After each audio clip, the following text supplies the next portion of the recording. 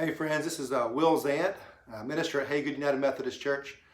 I wanted to come to you tonight just to respond to what's going on in our larger country. Many of you know there's a lot of protests, a lot of violent protests going on right now over the death of George Floyd.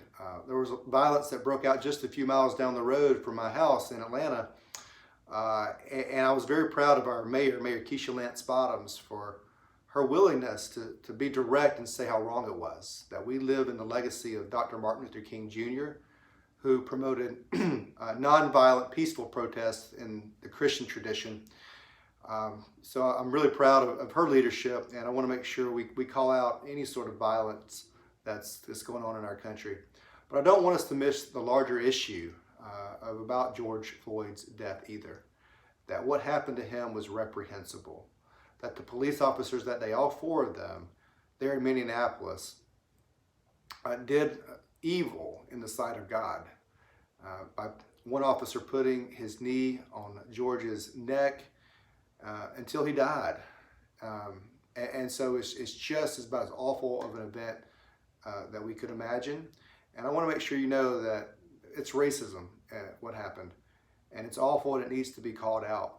And there's racism alive in our world and in our countries and in our communities, and we have to be willing to speak up.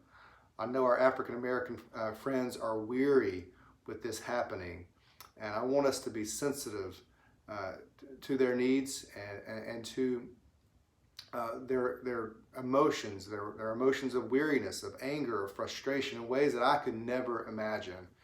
It's an opportunity for us just to be sensitive and to call out the evil and the racism. I mean, this country has an original sin, and it's racism. It's in the DNA of what this country was founded upon originally. Now, have we made great strides? Absolutely.